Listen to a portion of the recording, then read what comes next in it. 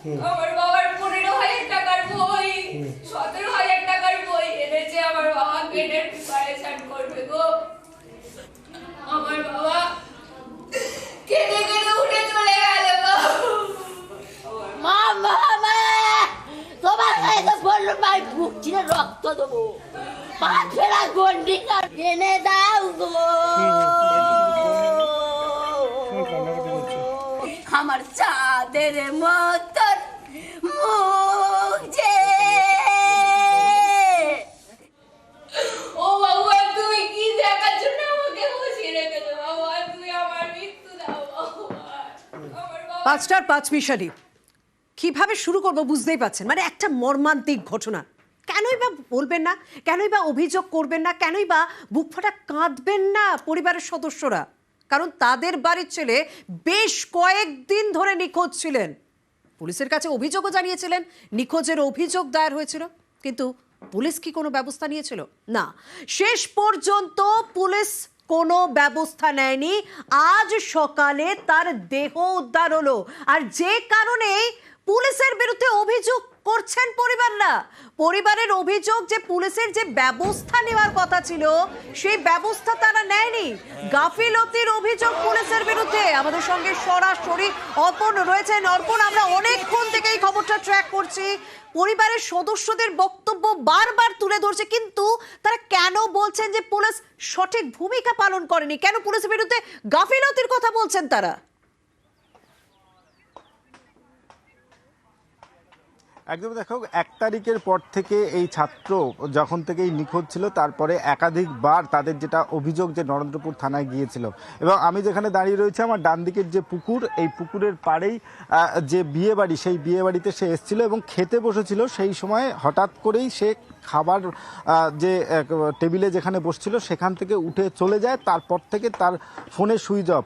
এরপরেই পরিবারের তরফ থেকে একাধিকবার নরেন্দ্রপুর থানায় যান এবং পরিবারের যারা সদস্য তারা যেটা অভিযোগ করছেন যে একাধিকবার এই থানায় যাওয়ার পরে এক টেবিল থেকে অন্য টেবিলে বারবার তাদেরকে পাঠানো হচ্ছিল এবং তাদের অভিযোগ পাওয়ার পরে একবারের জন্য পুলিশ ঘটনাস্থলে আসেননি, এমনটাই পরিবারের তরফ থেকে অভিযোগ। এবং আজকে যখন এই মৃতদেহ উদ্ধার হয়েছে সেই খবর পেয়ে পুলিশ যখন ঘটনাস্থলে আসে, পুলিশকে দেখে এলাকার মানুষজন, আত্মীয় পরিজন তারা বিক্ষোভ দেখান। একদম, তারা বিক্ষোভ দেখান। স্বাভাবিকভাবে তাদের রাগ গিয়ে পড়ে পুরো পুলিশের উপর, কারণ তারা তো অভিযোগ জানিয়েছিলেন অনেকদিন আগে, কিন্তু কোনো ব্যবস্থাই নেওয়া হয়নি। বিক্ষোভকারীরা তারা কি বলেছেন একবার শুনে নেওয়া যাক। থানায় বারবার করে গেছি, প্রচুর রিকোয়েস্ট করেছি, নরেন্দ্রপুর থানাতে কোনো রকম কাজ হচ্ছে না।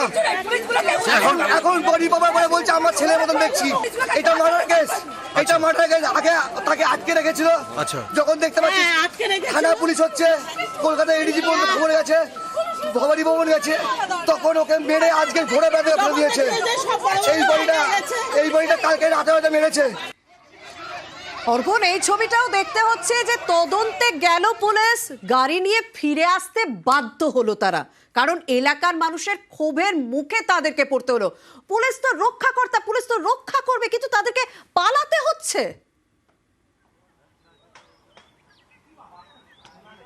একদমই, দেখো পরিবারের তরফ থেকে এবং এলাকাবাসীর মানুষজন তারা কিন্তু ক্ষিপ্ত হয়ে পুলিশকে কার্যত ঘিরে ধরে এবং সেখান থেকেই পুলিশ মৃতদেহ নিয়ে কার্যত সেখান থেকে পালিয়ে যায়। তবে এই ঘটনায় এখনো পর্যন্ত পরিবারের তরফ থেকে থানায় কোনো অভিযোগ জানানো হয়নি। তাদের অভিযোগ যে প্রথমে যখন তারা অভিযোগ জানিয়েছিল পুলিশ কোনো রকম তারা কাজ করেনি, তাই এখনো পর্যন্ত তারা থানার উদ্দেশ্যে রওনা দেয়নি। তবে পরিবারের তরফ থেকে অভিযোগ করা হচ্ছে যে তাকে ডেকে নিয়ে পরিকল্পনা করে তাকে খুন করা হয়েছে।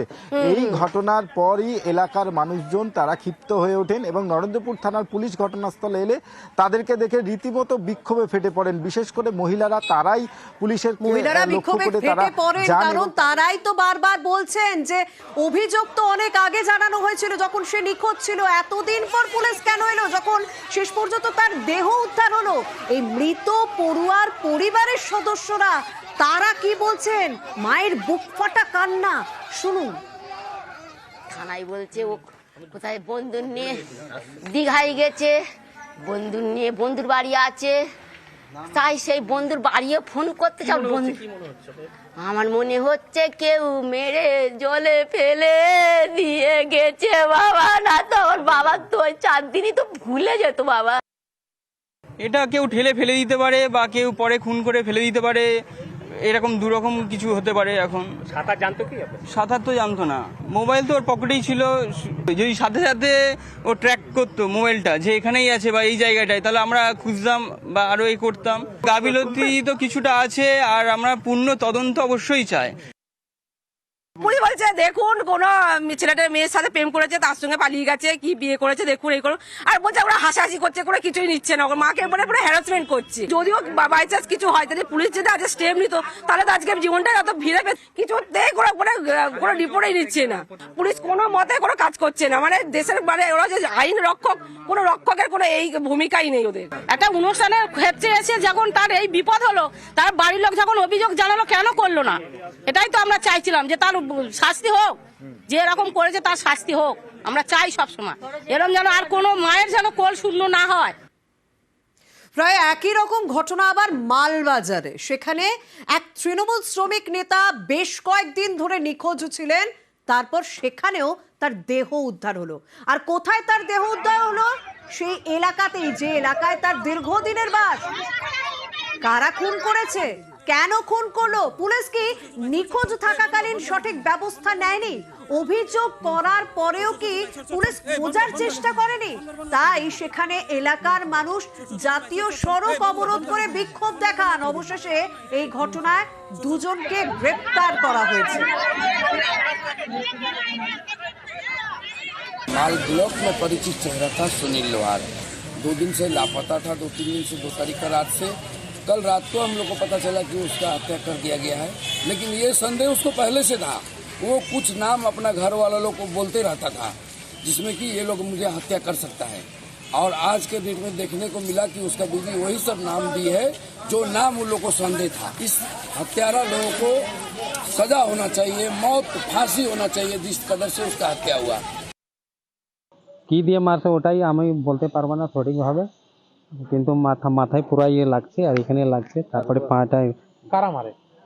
ওই ছেলেরা মারছে বোধ হইতে পারে, যারা আনন্দ মল্লিক। কয়জন মারছে ওইটাই, কয়জন আছে ওই আমি সঠিকভাবে বলতে পারছি না।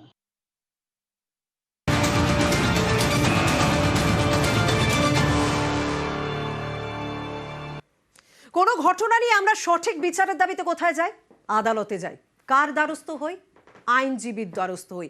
সরকারি আইনজীবী মানে সঠিক বিচার পাওয়া যাবে, আমার জন্য কেউ লড়বে। কিন্তু সেই সরকারি আইনজীবীর বিরুদ্ধে যদি ধর্ষণের চেষ্টার অভিযোগ ওঠে, হ্যাঁ সেই অভিযোগ উঠেছে বুনিয়াদপুরে। তার চেম্বারে ঢুকিয়ে এক তরুণীকে ধর্ষণের চেষ্টা করা হয় বলে অভিযোগ উঠছে সরকারি আইনজীবীর বিরুদ্ধে।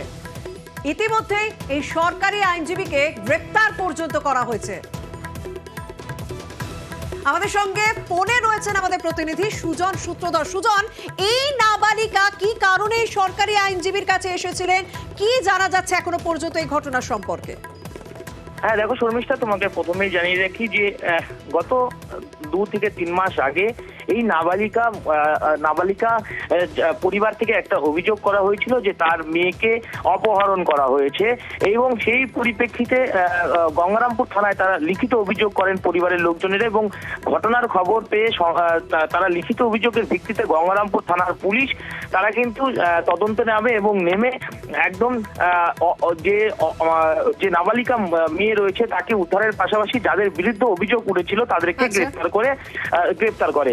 এবং যেটি এই যে নাবালিকার বাবার যেটা অভিযোগ যে গত 2 তারিখে তাকে কোর্টের থেকে ডাকা হয় চিঠির মাধ্যমে, এবং সে যথারীতি সেই কোর্টে পৌঁছায়, এবং পৌঁছে এই যে সরকারি আইনজীবী যিনি রয়েছেন পুতুল মৈত্র তার সঙ্গে দেখা করেন, এবং তার পরামর্শ অনুযায়ী তিনি তার যে মেয়ে রয়েছে এবং তার যে স্ত্রী রয়েছে তাকেও কোর্টে ডাকা হয়, এবং পরবর্তীতে সেই সরকারি আইনজীবী যিনি রয়েছেন বুনিয়াদপুর কোর্টে তিনি নাকি ধর্ষণের চেষ্টা করেন। অর্থাৎ তারা গিয়েছিলেন কোনো একটা ইস্যুতে বিচারের আশায়, সেই সরকারি আইনজীবীর বিরুদ্ধে তারা ধর্ষণের চেষ্টার অভিযোগ করছেন। ধন্যবাদ।